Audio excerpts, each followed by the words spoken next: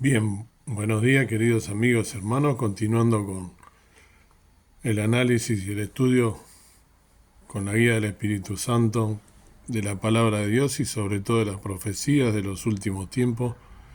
En esta mañana vamos a analizar y quizá también, como dijimos, a aclarar otra de las profecías, quizá la más famosa de todas, de las que Juan ha recibido esa revelación de parte de Dios, estando en su exilio en la isla griega de Patmos, que son los cuatro jinetes del Apocalipsis, los cuales han sacado muchas conjeturas y muchas malas, ¿sí? Conjeturas a veces, a lo cual vamos a traer un poco también de luz, a tratar de aclarar un poco en qué contexto está y dónde lo debemos ubicar.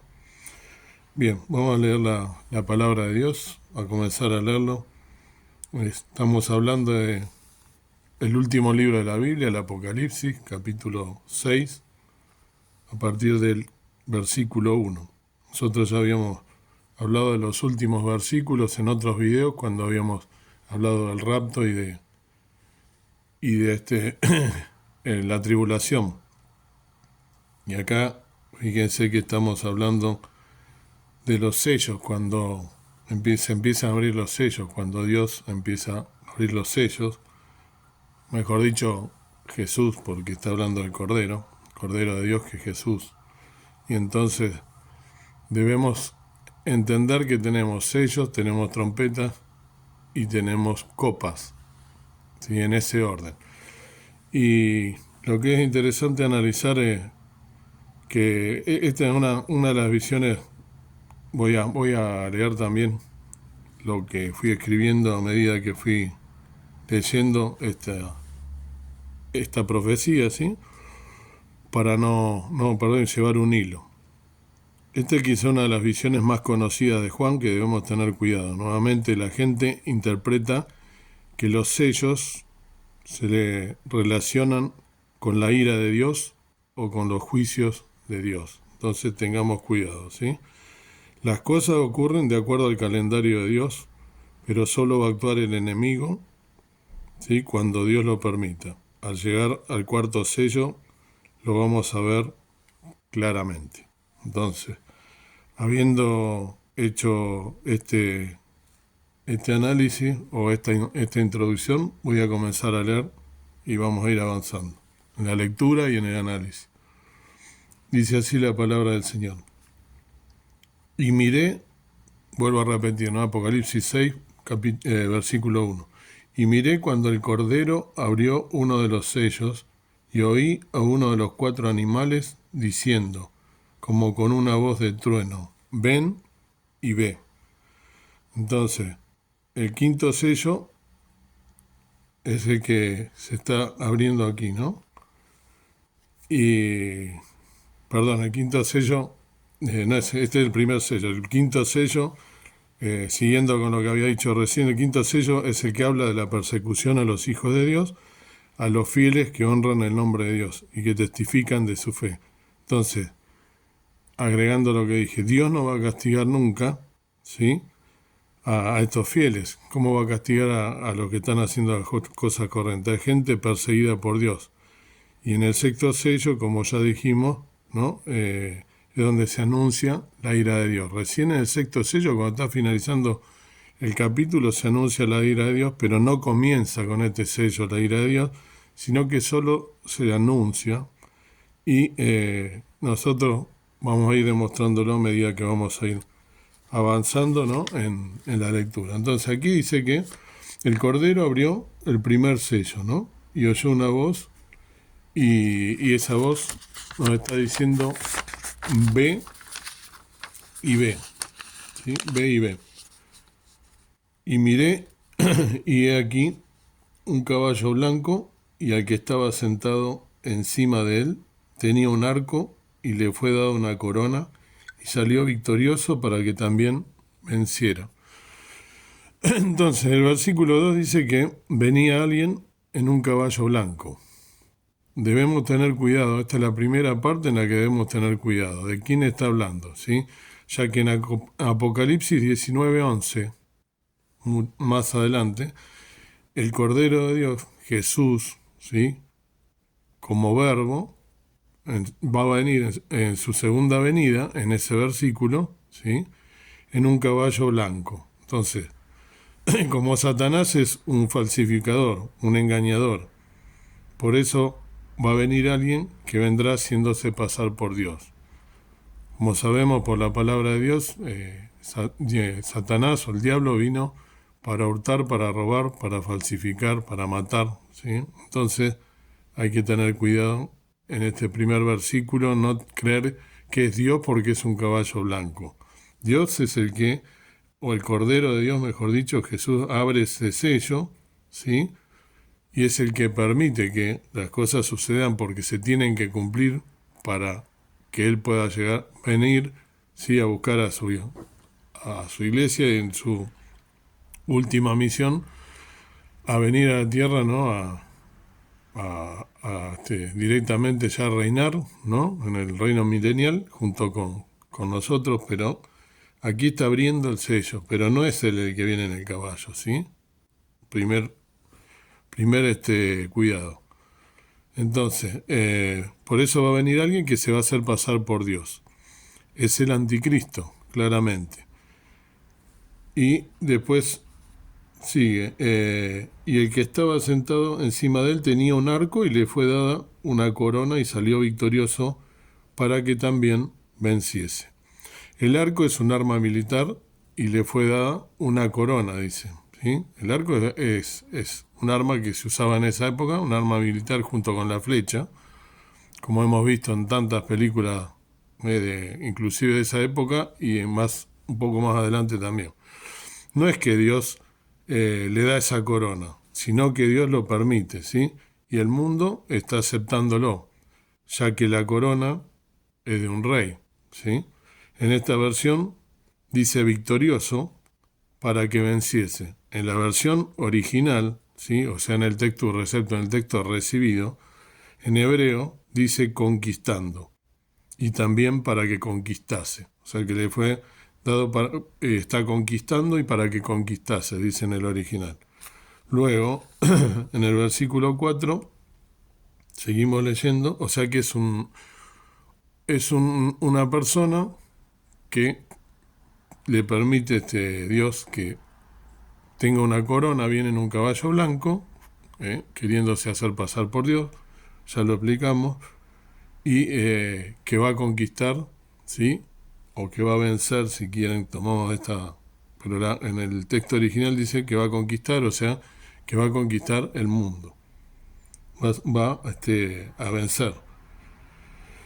Y salió otro caballo bermejo, y al que estaba sentado sobre él fue dado poder de quitar la paz de la tierra, y que se maten unos a otros, y fuele dada una grande espada.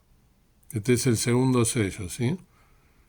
Entonces, porque dice, cuando abrió el segundo sello, en el segundo animal, que decía, ven y ve, nuevamente.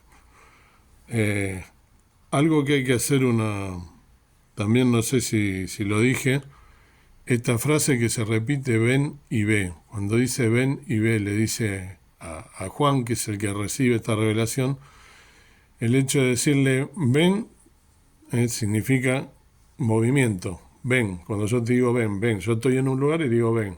Significa que me tengo que mover a ver, ¿sí?, y ver, o sea, prestar atención en lo que está sucediendo y en lo que está pasando, lo que está aconteciendo, ¿sí?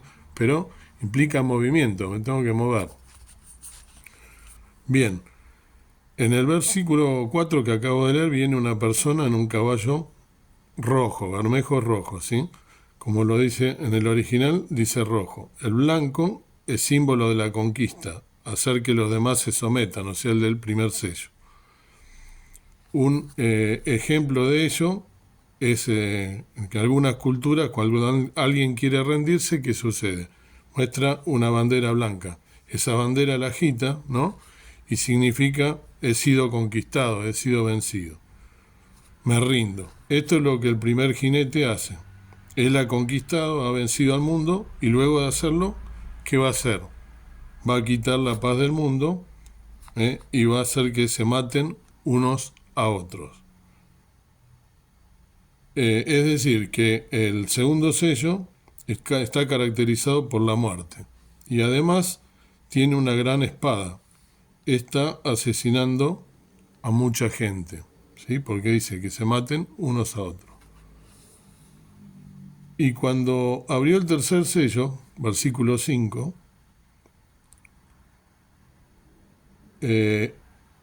oí al tercer animal que decía, ven y ve. Y miré, y he aquí un caballo negro, y el que estaba sentado encima de él tenía un peso en su mano. Y oí una voz en medio de los 4 animales que decía, 2 libras de trigo por un denario, y 6 libras de cebada por un denario.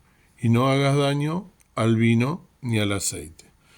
En este versículo 5 dice que venía uno sentado en un caballo negro.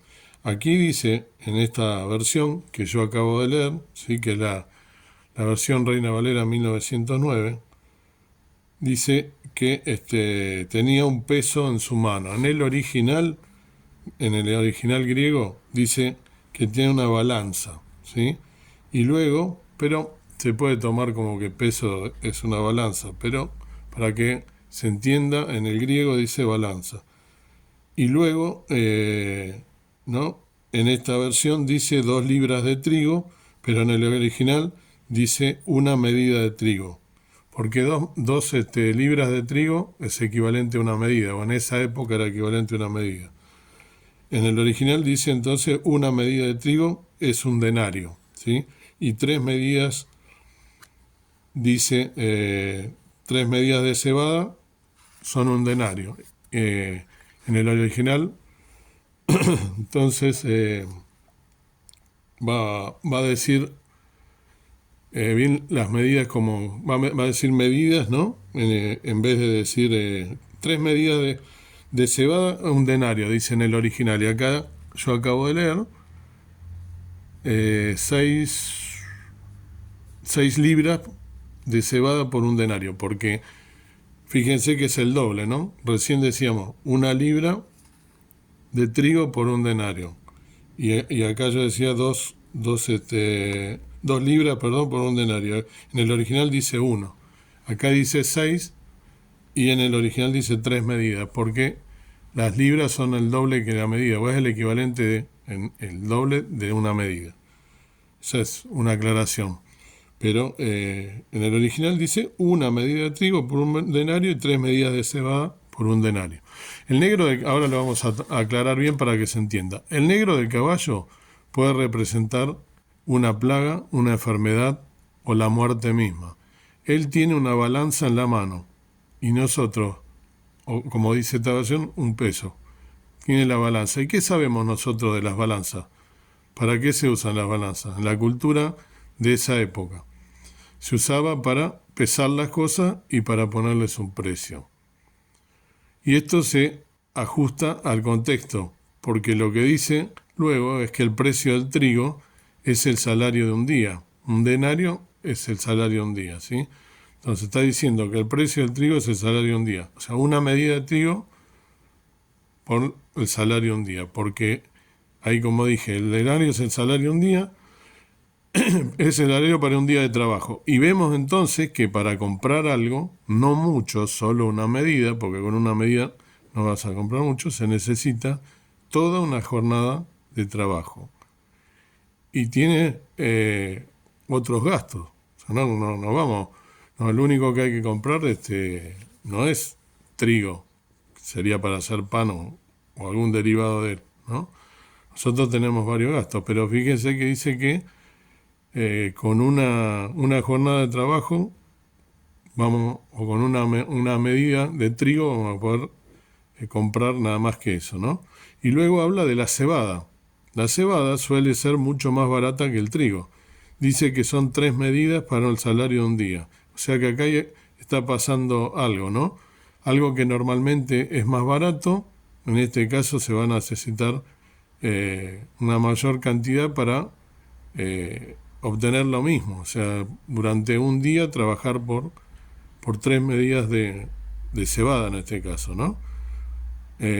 La cebada, que suele ser mucho más barata que el trigo, dice que son 3 medidas por el salario un día, o sea que, o las 6 libras, ¿no? Que es el equivalente. Entonces aquí vemos que los precios de los alimentos van en aumento, eso quiere decir. ¿Y cuándo suben los precios de los alimentos? Cuando hay hambruna, ¿sí? Cuando hay hambruna. ¿Y Jesús qué dijo? Jesús dijo que en los últimos tiempos iba a haber hambre y que iba a haber enfermedad, ¿sí? Cuando hay hambre, hay pestilencias. Y también que habrá terremotos, los cuales causan problemas, ¿sí? En las cadenas de suministro de alimentos, en su entrega a tiempo, etc. Así que el tercer sello, ¿sí? Que es el que acabamos de leer, simboliza la oscuridad, porque decíamos que venía también un caballo negro, ¿no? Que representa la muerte. La subida de los precios, va a ser la subida de los precios o el desabastecimiento, el hambre, una escasez de alimentos, ¿sí? Porque acabamos de leer que va a haber esta suba de precio, que voy a tener que trabajar más para comprar menos. Pero este versículo termina de una forma muy particular, que es lo que hay que prestar atención también, ¿no? Vuelvo a leerlo. Este versículo, en la última parte, luego que explica lo de las medidas, que ya lo dijimos, dice, y no hagas daño al vino ni al aceite. En esta versión dice, no hagas daño ni al vino ni al aceite. Voy a subir este video y vamos a continuar, o mejor, termino este versículo y continuamos, ¿no? Antes de cortarlo. Dice, no hagas daño al vino al aceite. En el original no dice no hagas daño, la palabra en este versículo, en esta versión, ¿no? Dice no le hagas daño. Entonces, en casi todas las Biblias, ¿no? Pero en el original dice no lo trates injustamente, es lo que dice en el original griego, no lo trates injustamente. Casi todas las Biblias dicen no le hagas daño. Entonces, a menudo el vino representa la alegría y el aceite, el movimiento del espíritu, ¿sí? Van a tener, entonces, así que en medio de estas cosas, los que caminen en el espíritu van a tener alegría. Eso significa esto que aclara y donde termina, ¿no? Está diciendo